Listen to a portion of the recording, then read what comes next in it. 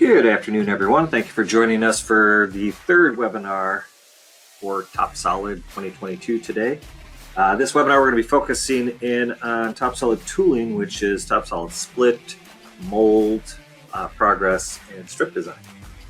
I think we're expecting a few more people to log in, so while we wait for them, I'll introduce my colleagues that are with me. We're joined by Joe Hart, our technical manager, and Mike Kay, our sales manager.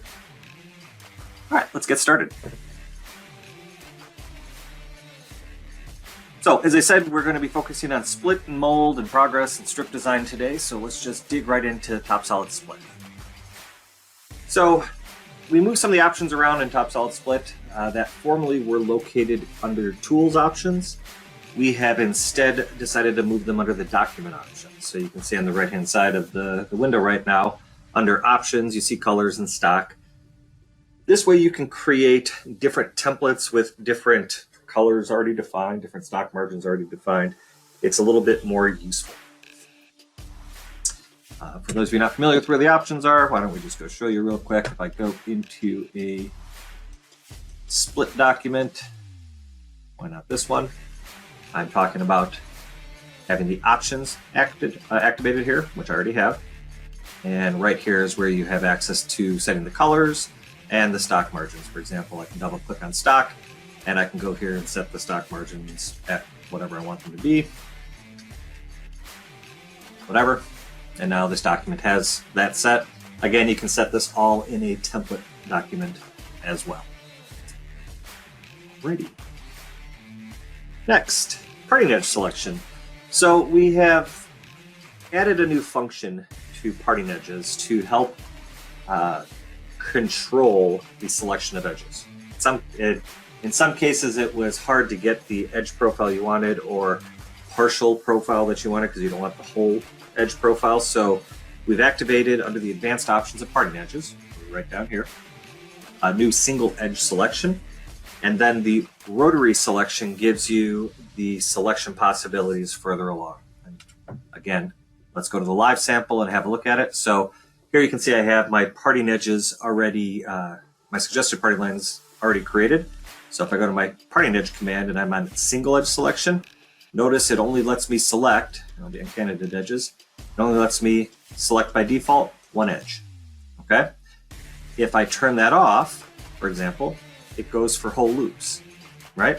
Anywhere that it can go to tangency.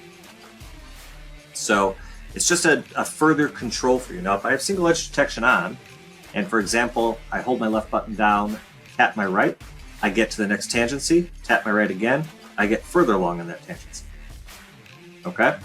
And then we can come in here, and of course, we can do what's needed to get all of this parting line defined.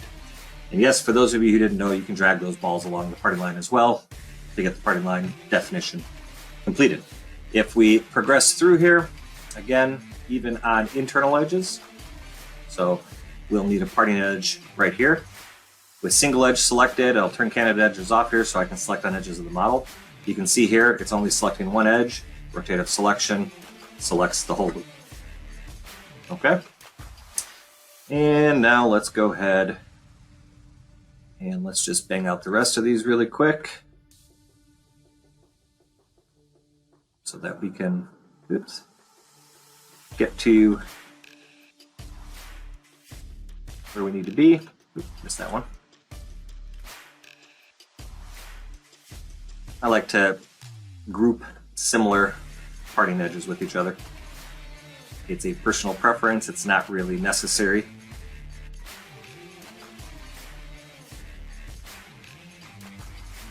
And we'll grab that one. Perfect. All right, so we have our shells created, right?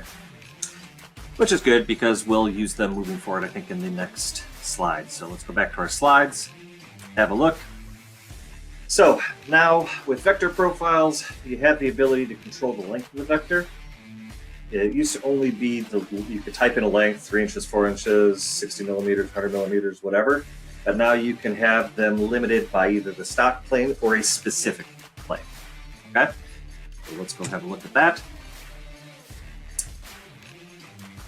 So if I want to go create a vector, I'll go to vectors here, and I'm just going to pick one right here for giggles.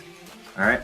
And you can see right now, I have a length limit, right? So I can control the length using the slider, or we can set it by a stock plane, which is going to go to the standard stock planes that were created when we defined our shape to split, okay? Or to a specific plane, in which case you can choose the plane you want to work to, okay? And it's going to extend it out to that length there. So it's up to you on how you want to do things. It's just, again, another control made available to you. All right, so now from here, let's take a look at the next one. Planar parting surfaces have been improved, and they've been improved by being smarter about the detection of other parting edges that are on the same plane. In fact, the way it used to work is you would select an edge as your start, you'd have to select an edge as your end, and then sometimes you have to invert the flow direction for how it's looking at it. Now the software does a much better job.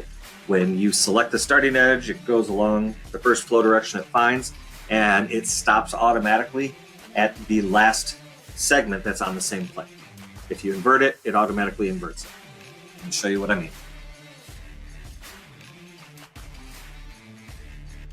Go. Let's go to parting surfaces. We'll go to plane. If I select right here, for example, you see how it auto-selected all the way to the end there? That's the end plane, okay? Now, if we start this command again, go to planar, and I start here, it's going to my left and stopping on that segment where the plane stops. If I flip this, it automatically finds the correct termination over here. And of course, if you wanted to change the termination edge to be something else, you of course always have the control to do that. Alrighty. Next, the automatic parting surfaces, start edge and direction. So the calculation of automatic parting surfaces depends on the start edge and the processed parting line and the direction of this line. In order to stabilize the results produced by the command, this origin and direction are now determined in a constant manner with respect to the mold frame. Okay, that's just a lot of words telling you that we made the command more consistent. So in addition, you can now select the start edge and reverse the direction of the path. These new contextual commands are available by right-clicking on the list of available parting lines. So let's go have a look. Again, we'll go back to here, and we'll just use this one. Why not? So we'll go to automatic. Okay, I'm going to say I want to use partial. I'm going to zoom over to here. I'm going to say my start edge is that way. I want to flip that way. And I'm going to say my termination edge in this case will be over here. Why not? And let's see what we can do. So we can say compute parting surfaces. And if you notice, it auto created a nice extension there, nice planar. Now it's making a nice transition here. And you have a really clean set of parting surfaces. And this is all done in automatic mode with significantly better control.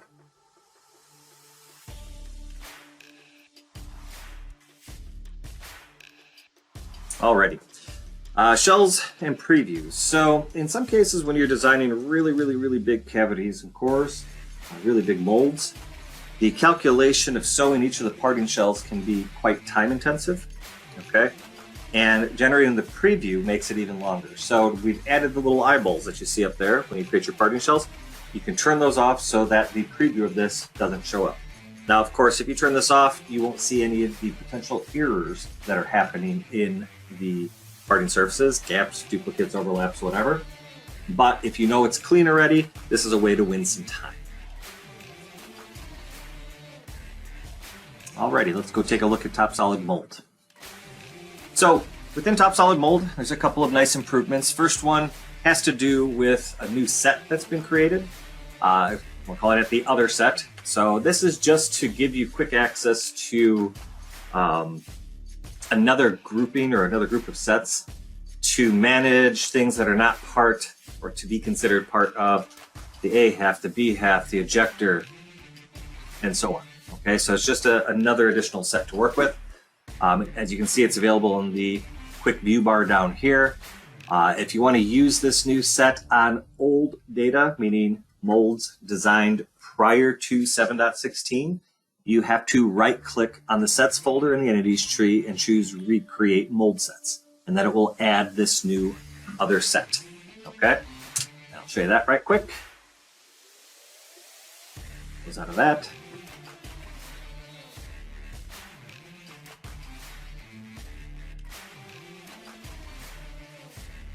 All right, so this mold was created in 715. If I go to my entities tree and I go over to my sets and categories, you can see there's no other set there. So if I right click on this, I can say recreate mold sets. And now you're gonna see that other has been created, okay? And now you can move things into those sets like you would normally. It's up to you to manage what you want to put in.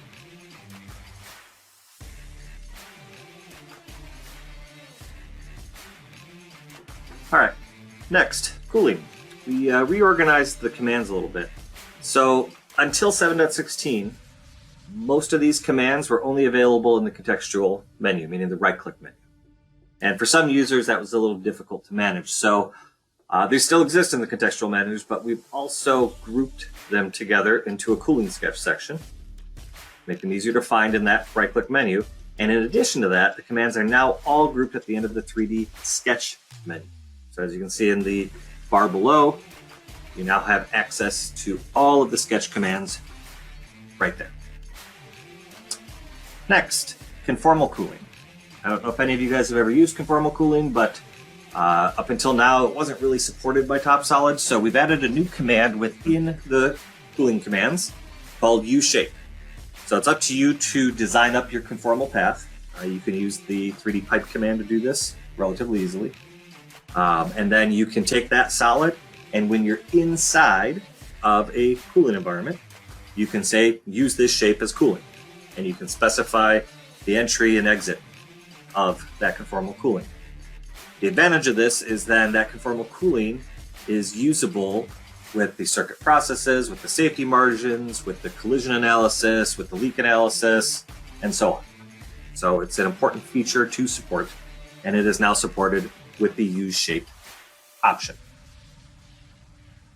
Another thing about cooling, definition of circuit for imported parts. So sometimes you get your mold designs from an outside design source, and you want to bring them in, and you want to be able to run all the cooling analysis, collision checks, and all that kind of stuff on them anyway. So as long as you have TopSolid mold installed, you can now go to the shape pull-down menu, and you can define the circuits that are supposed to be considered as cooling circuits.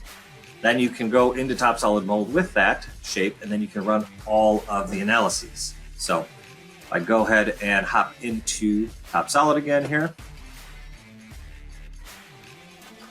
open this up.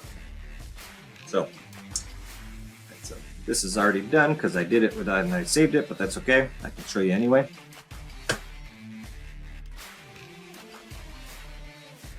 The way it works is quite simple. Shape pull-down menu. And here you have cooling shape. So the shape to analyze, that shape, and you choose the border edges. So for example, I'm going to choose that edge, and that connects right to there. And you do this for each of the cooling circuits. So if there was multiple lines coming in, you have to choose all of those edges. And then this is defining the cooling shapes, which in turn, and I'm going to get rid of them because I don't need them, which in turn then allows you to run any of, pardon me, the analysis inside a mold. So we'd have to bring this into a mold document, but then you can run any of the analysis tools inside a TopSolid mold. Perfect. All right.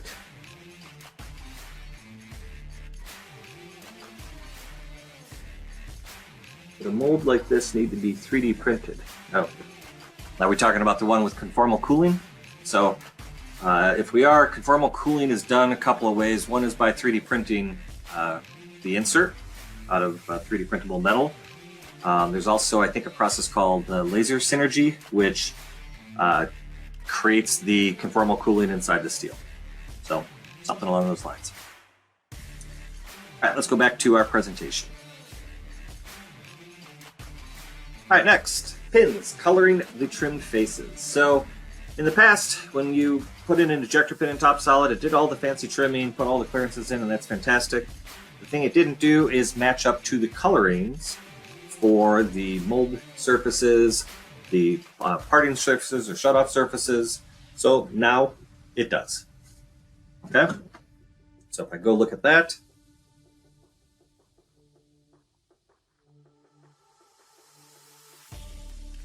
mold. And okay, so we already have a ejector pin in here, but I'll go edit the pin and just show you where the process to do this is. So it's down here. You can see we have the color faces command active, okay? And the color faces is going to absorb the color of the molding detail, all right? If we are trimming it to the shape. If we're trimming it to a plane, okay, and we're going to say it's the top plane,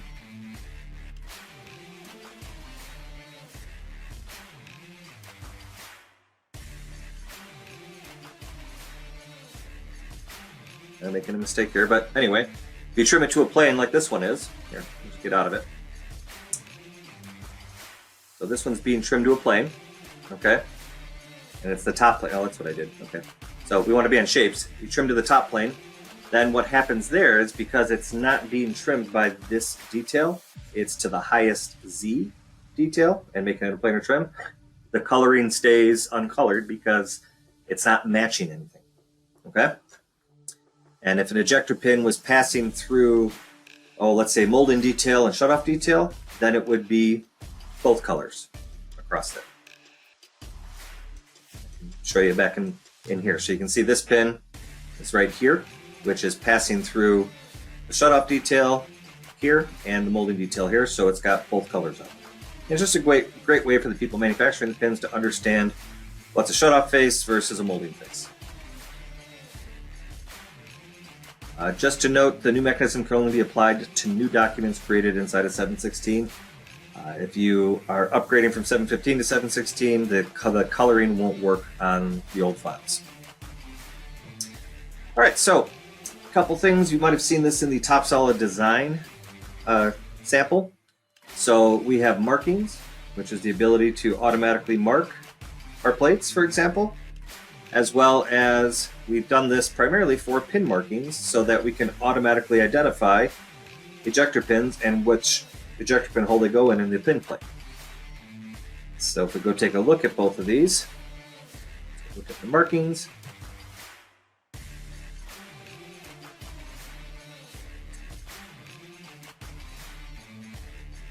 Show you real quick. So I have a marking event here, okay? So this marking event is coming from the modeling page right here, right there. I selected the plates. I'm using my manufacturing index, setting the font size I want, the locations I want, and off it goes, and it marks the plates. If I go to my pin markings, again, it's the same thing. The one advantage of the pin markings command that's in mold here, it's a little bit more intelligent, is you can detect all the pins automatically. And it will detect the pins and the plates that need to be marked. And then off you go, and everything has its corresponding identity in. So it takes no time at all, but this way it will show up in your drawings, it will show up in the CAM files so that they can engrave them. It's a really, really nice new command.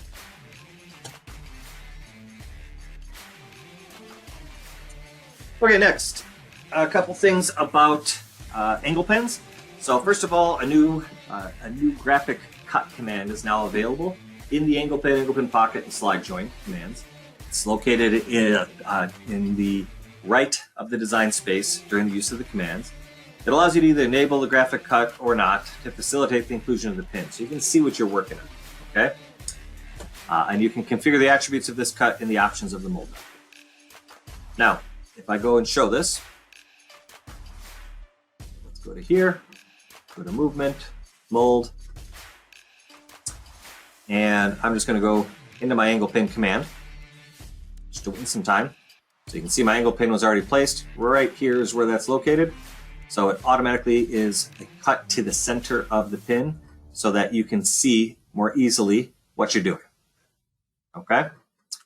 And then from there, this is the last improvement for TopSolid mold for this year, is we have improved significantly the slide joint command.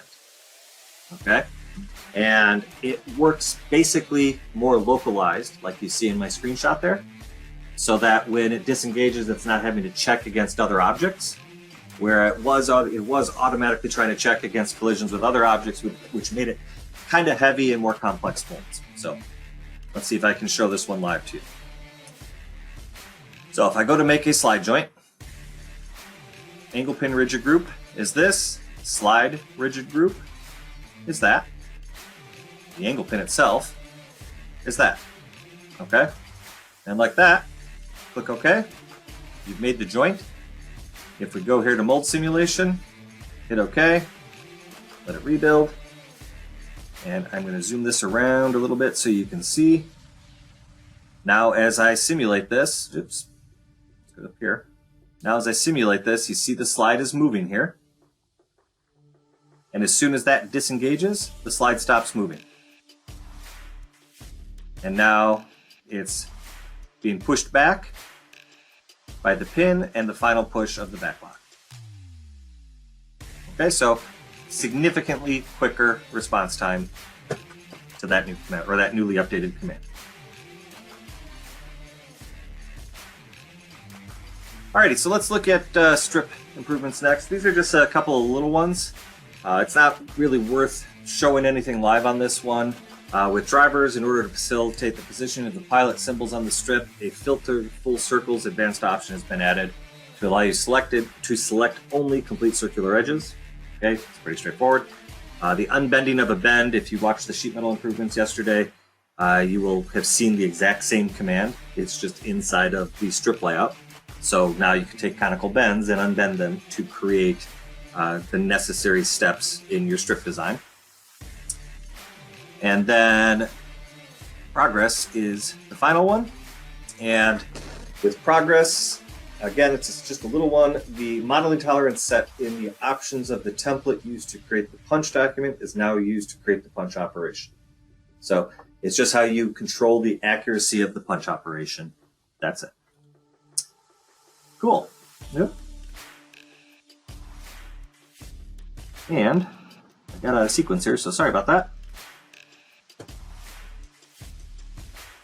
But that's it. So, does anyone have any questions regarding split, mold, progress, strip design improvements? If not, oh, we have one. Okay. What's your question?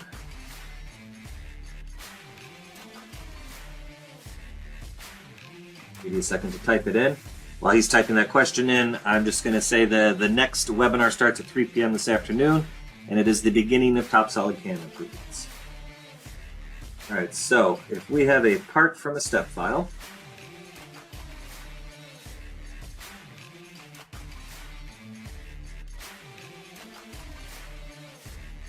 and with multiple colored surfaces,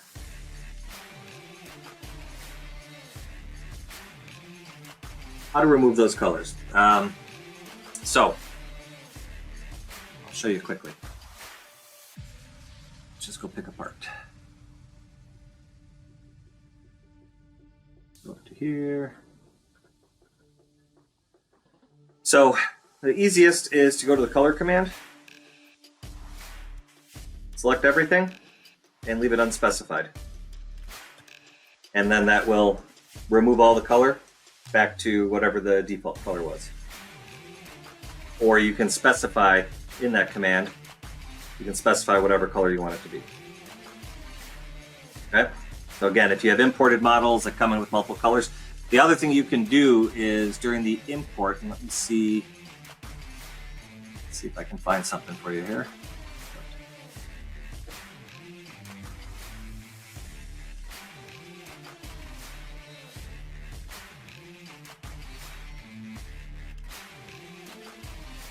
So step file, whatever, turn off translate attributes during the import.